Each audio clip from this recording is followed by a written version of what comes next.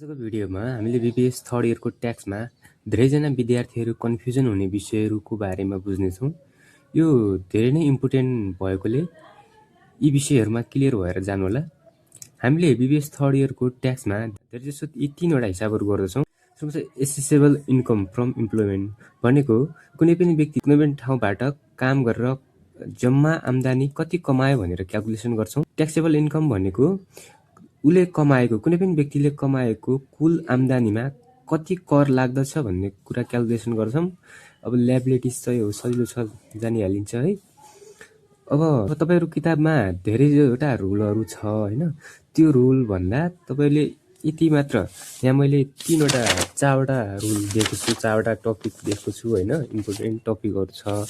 यो चारवटा टपिकमा यति बुझे पुग्छ तपाईँहरूलाई। अब धेरै विद्यार्थीहरू कन्फ्युजन हुने टपिकहरूको बारेमा बुझौँ है। सुरुमा छ इन्कम भए पनि इन्कममा राख्न नमिल्ने आइटमहरू।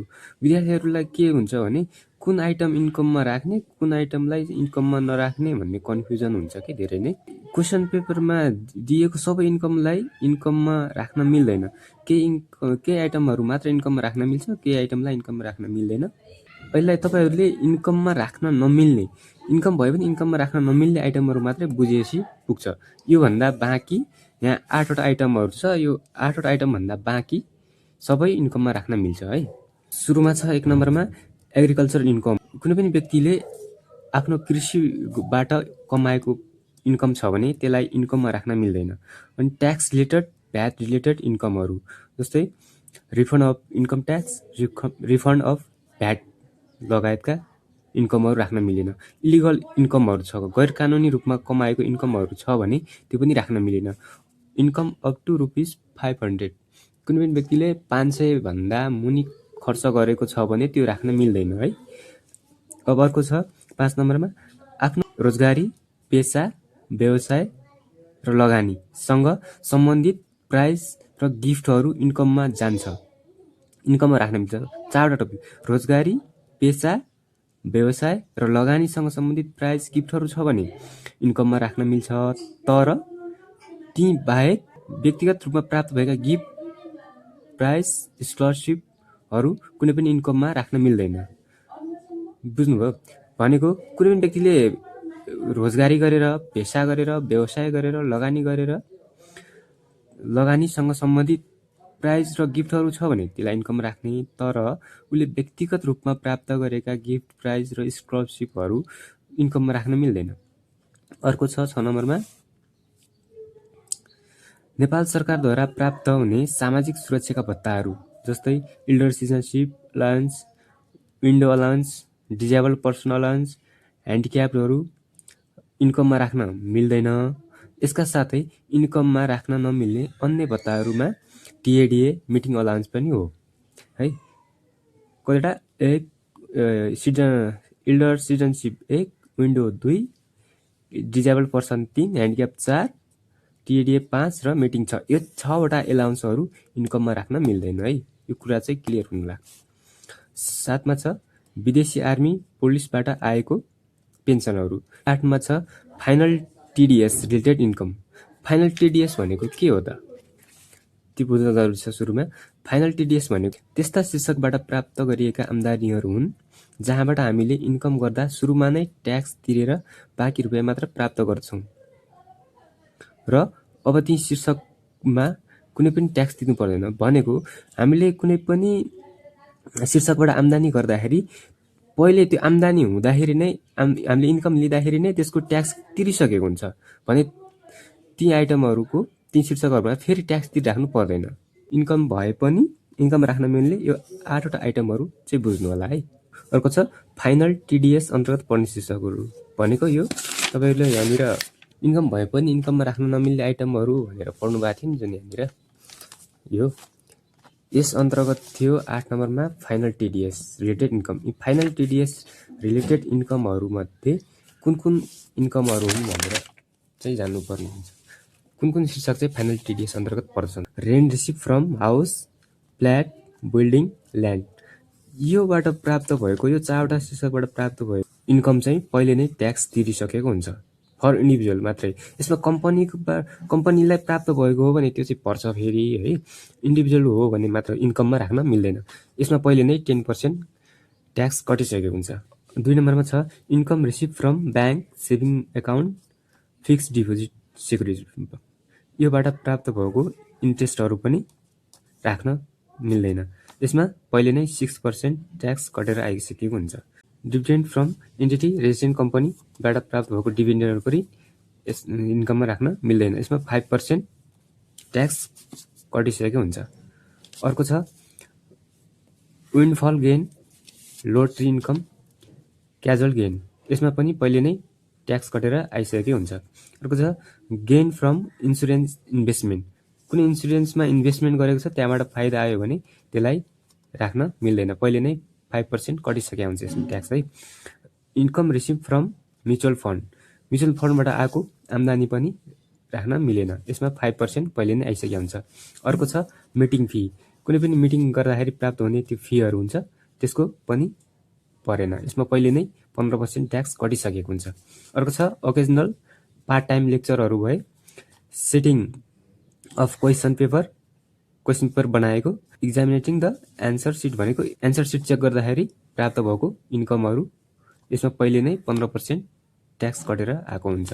9मा छ गेन फ्रम अनएप्रुभ रिटायरमेन्ट फन्ड र अर्को छ एप्रुभ रिटायरमेन्ट फन्ड। अनएप्रुभ भए पनि एप्रुभ रिटायरमेन्ट भए पनि त्यसमा पहिले नै 5% ट्याक्स कटेर आएको हुन्छ। यी हुन् फाइनल टिडिएस अन्तर्गत पर्ने शीर्षकहरू। बुझ्नुभयो? अब अर्को छ एक्सपेन्सेस भए पनि खर्चमा राख्न नमिल्ने आइटमहरू। कतिपय खर्चहरू हुन्छन् तर खर्च भए पनि त्यसलाई खर्चमा देखाउन मिल्दैन। जस्तो 1मा छ घरेलु वा व्यक्तिगत खर्चहरू, all personal expenditure, domestic expenditure, household expenditure. यिनीहरू चाहिँ खर्च हुन् तर पनि राख्न मिल्दैन खर्चमा। 2मा छ एकपटक 500 रुपियाँसम्म भएका खर्चहरू, जस्तै स्टेसनरी, प्राइजहरू भए, टिप्स, इमर्जेन्सी मेडिकल ट्रिटमेन्ट लगायतका खर्चहरू। यिनीहरू चाहिँ 500 सम्म छ भने यसलाई राख्न पर्दैन, खर्चमा देखाउनु पर्दैन, किनभने यसमा हिसाब राख्न असहज हुने भएकोले है। धेरै हुन्छ नि त यी खर्चहरू त। 3मा छ कुनै पनि फाइन अर पेनाल्टिज खर्चमा नराख्ने, तर अफिस एक्सपेन्सेसका तिर्नुपर्ने बिलको भुक्तानी ढिलो तिरेको कारणले लागेको फी वा पेनाल्टीहरू चाहिँ खर्चमा राख्नुपर्छ।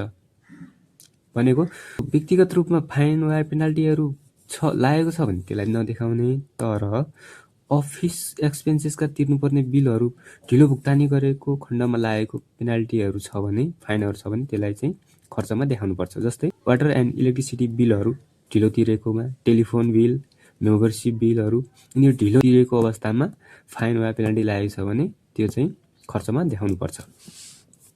अर्को छ expenses related to final TDS income. Final TDS इन्कमसँग सम्बन्धित एक्सपेन्सेस छ भने त्यसलाई नराख्ने। 5मा छ एक पटकमा 50,000 भन्दा बढी नगदमा भुक्तानी गर्न मिल्दैन।